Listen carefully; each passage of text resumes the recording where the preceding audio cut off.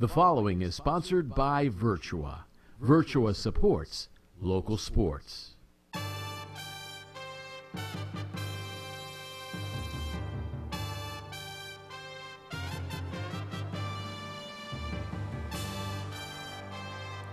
Hi everybody, thanks for joining us for episode 28 of the South Jersey Sports Digest Show, coming to you from the studios of Sterling High School's Channel 19 here in Somerdale. Thank you for watching us on Comcast Channel 97, the Gloucester County Education Network, and of course TV 19 in portions of western Camden County, including Haddon Township, Haddon Heights, Audubon, Oak Lynn, Haddonfield, Barrington, and Lawnside. And of course, you can see the show on those two channels on Thursdays, Fridays, and Saturdays, 10:30 a.m. and 6:30 p.m. And as always, you can watch the show on our website at www.sjsportsdigest.com.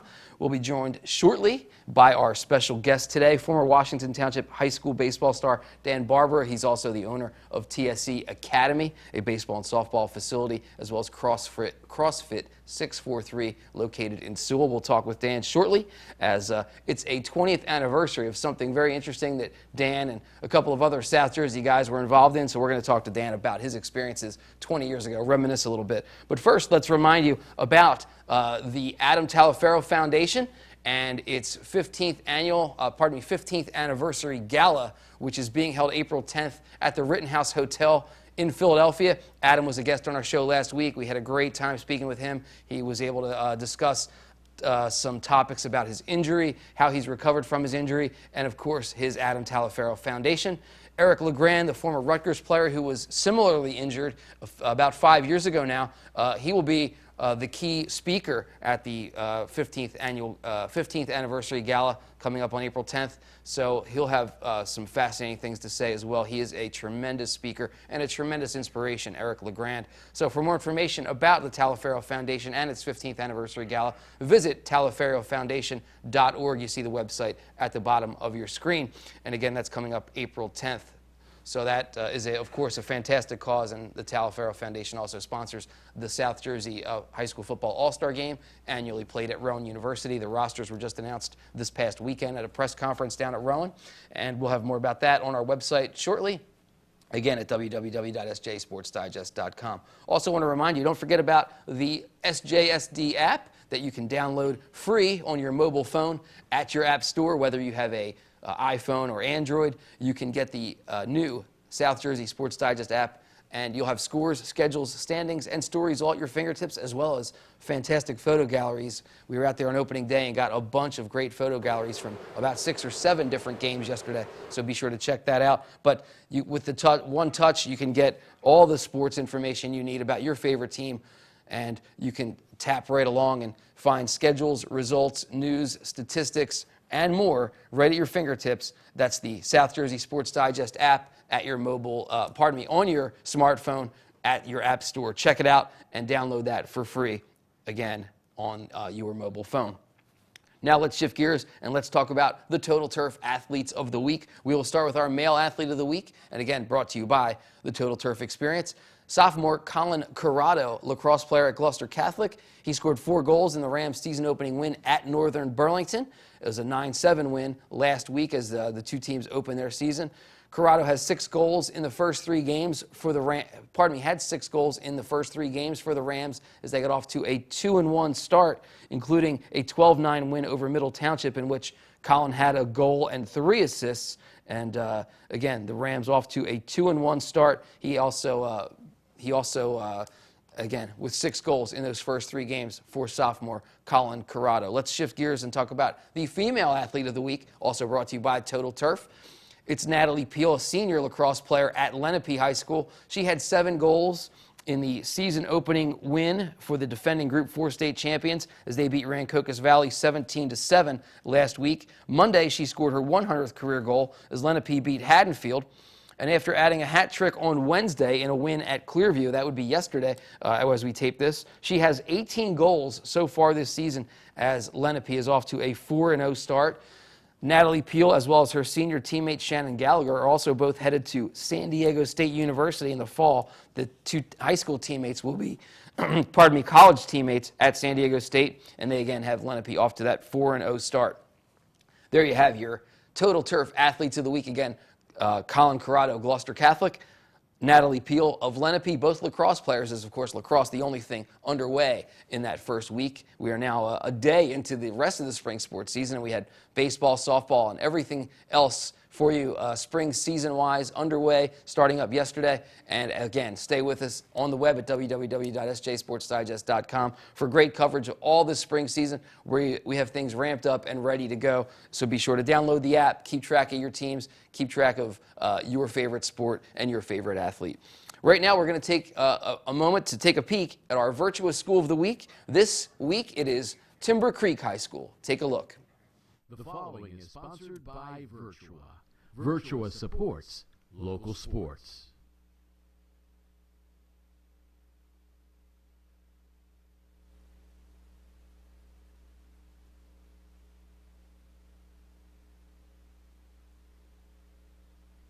I'm Kareem Fisher. I'm the Assistant Athletic Director here at Timber Creek High School. Timber Creek is a member of the Black Horse Pike Regional School District, which also includes Triton and Highland. So it's a 3-school regional district. Here at Timber Creek, we have about 1,400 students, and out of that, it's around 500 of them are student athletes. And I think the kids here, you have a bunch of students who are single sport athletes, but then you have those elite few who are multiple sport athletes, and I think that carries over. And then I think our population really gravitates to the success we've been having. Every athlete comes out here and works as hard as they possibly can, because every sport is competitive here, and we try and win championships and ultimately make it to the next level.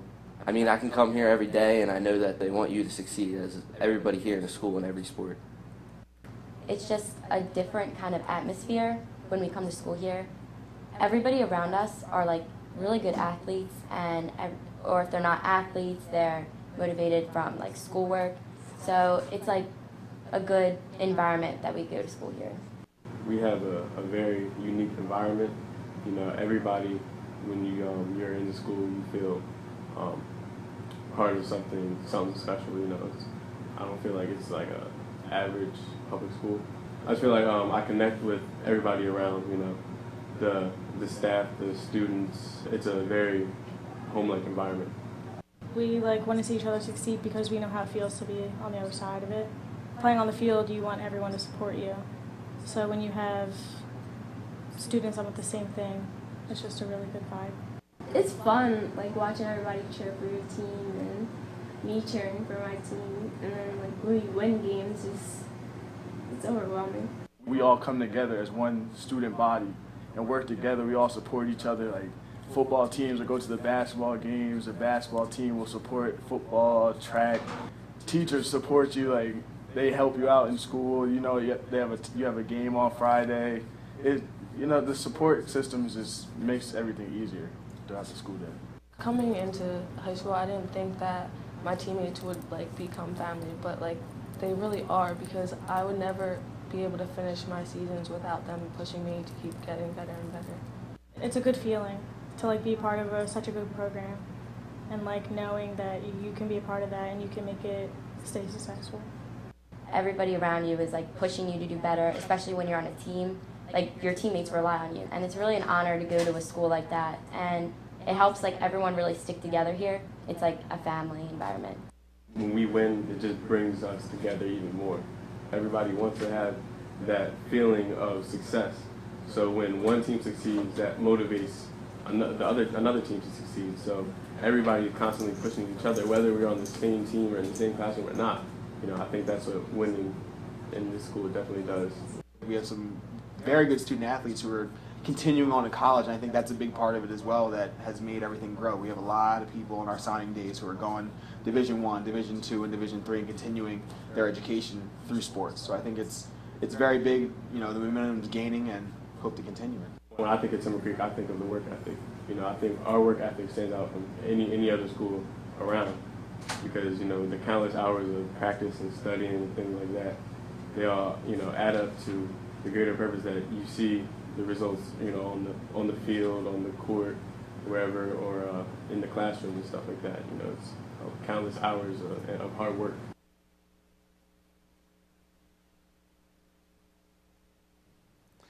There's a quick look at Timber Creek High School, of course, the newest school in the Black Horse Pike Regional School District involving Triton, Highland, and Timber Creek.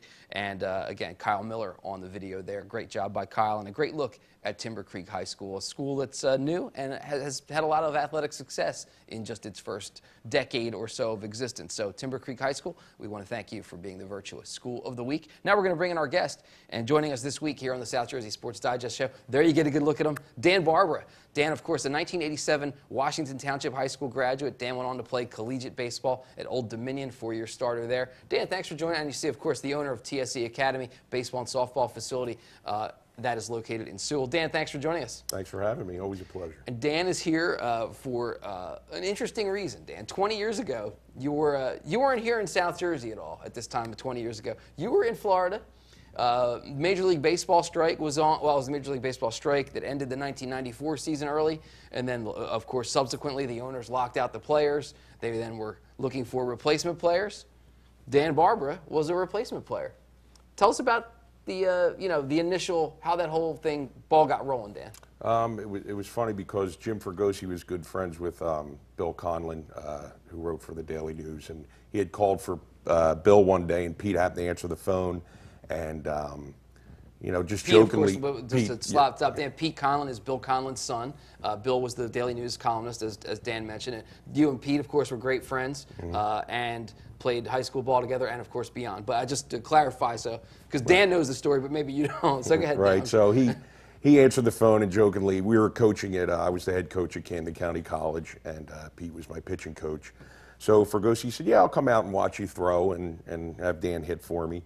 So we met inside. It rained that day, so we met inside the gym, and I had a brand new catcher's mitt, and Pete was throwing to me, and he was throwing nice, and the ball kept popping out of my glove, so I was getting a little nervous, and I didn't get a chance to hit because it was raining out. So Fergosi had just taken the word of Bill that I could play a little bit, so he invited me and Pete to come down and play with the team. So the next step is you guys wind up in Clearwater. You're part of the spring training. We have a picture here that you're able to supply, Dan. Thank you for that. But you're down there. You're one of the players that are going to be playing these replacement games, and you're actually in replacement games. But when you thought about being a part of spring training and a part of being in Phillies camp, how did it go? Was it what you expected, as you recall? Was it different than you expected? Was it better than you expected, or how did what was the whole experience like for you? It was really hard what to expect. We got down there, and actually the first day I got down there,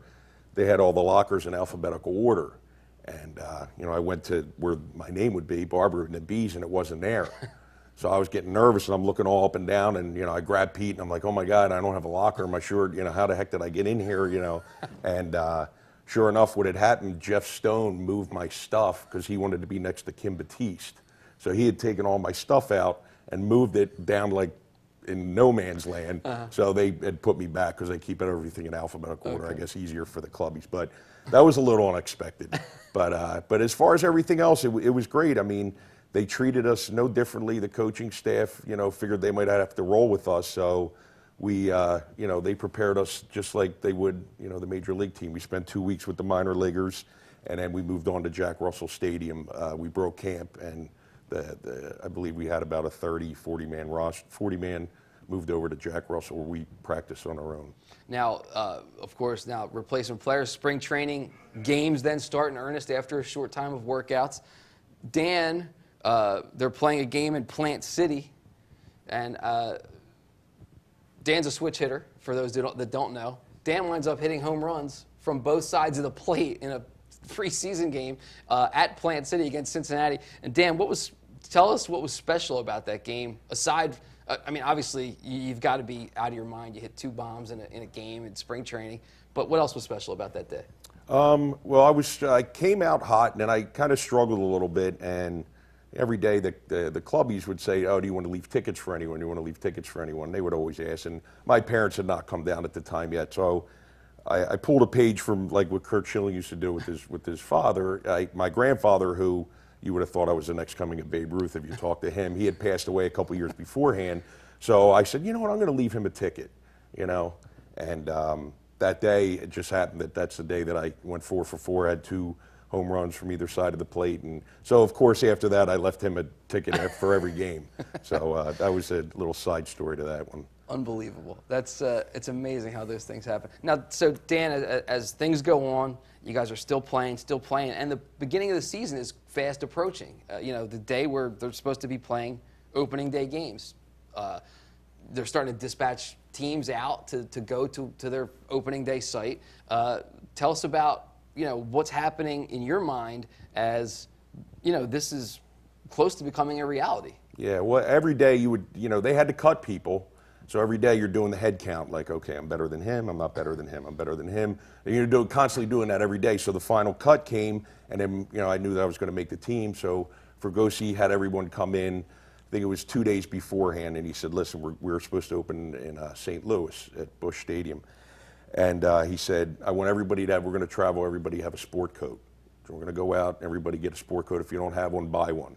So, I was a little leery. I raised my hand and I said to Fregosi, what do you want? And I said, should I take the tags off it? And, he kind of smiled and he said, probably not. So I figured with him saying that, we weren't probably going to make it. It was the year Cal Ripken was continuing his streak, so we had that going against us. So, the next day they called us in and they had told us that the strike had ended and they let us go. And at that point, what's your feelings at that point? Did you feel at all like, this was a waste of time? Like, what was your, when you look back on it now, you probably may feel different than you did then. But what was your feelings then about, when that thing ended? Were you just like, hey, it was worth a shot? Or, how did you feel?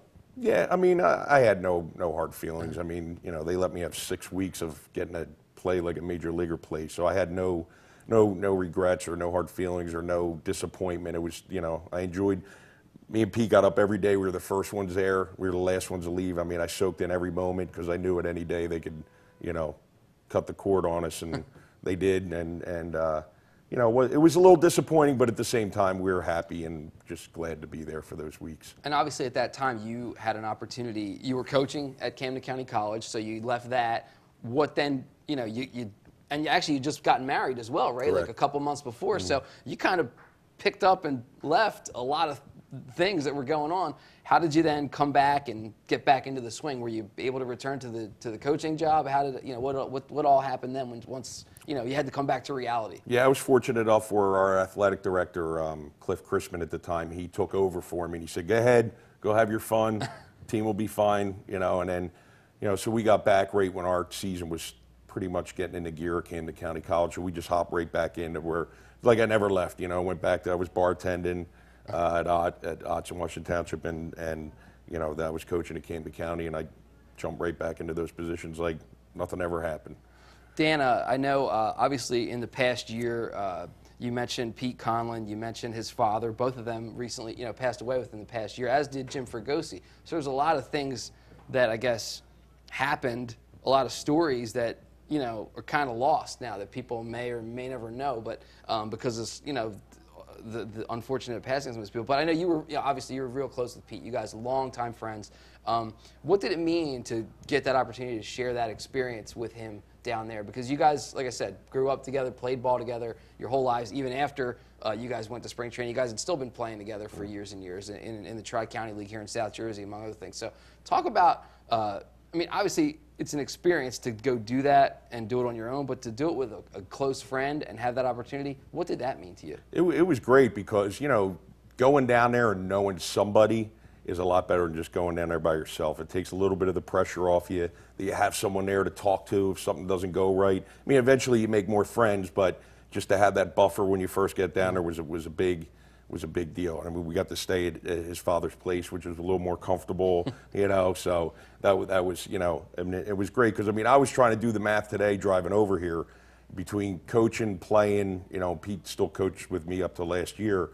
We probably spent, I was trying to do the math, it was probably like over 700 games together that we spent in a dugout together. Wow. So there's a lot of stories that can be told and a lot of good memories. He's going to be missed by the kids and everything, but there's a lot of good stories and a lot of baseball between us. Absolutely. Finally, let's talk about what you're doing now. Obviously, you're the owner of TSC Academy, baseball and softball facility in Sewell. baseball is your love. I mean, you've been around the game for so long. What do you like now about that aspect of things, being able to teach the game to the younger kids, and what's your, what makes that so appealing to you?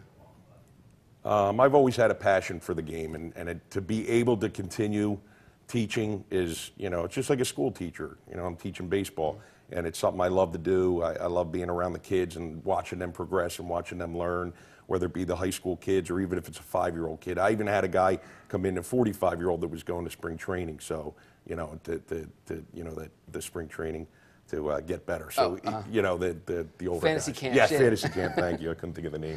But I mean, it's just the passion I have for the game, and I always say it beats working. You're doing something you love, and we, incorporated a CrossFit gym in there. So now we're training athletes to get stronger, and the whole thing's just a, good times. And you see that right across the screen. CrossFit 643 is also part of the facility that Dan owns there in Sewell. TSC Academy, again, baseball, softball instruction there. And we want to thank Dan for stopping by, and of course, wish you best of luck in coaching and in your new business venture, Dan. And again, thank you so much for your time. It was great to bring you by and talk about something that you were really a piece of history. So I thank you for stopping by. And we want to thank you for watching the South Jersey Sports Digest Show. This 28th episode here brought to you out of Sterling High School's Channel 19.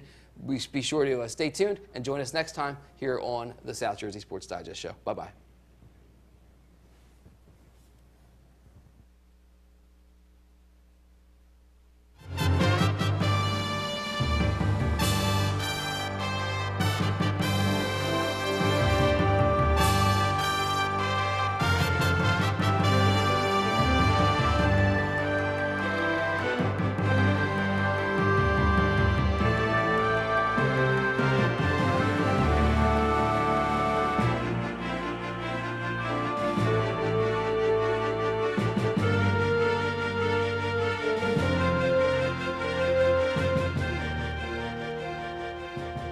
The proceeding was sponsored by Virtua.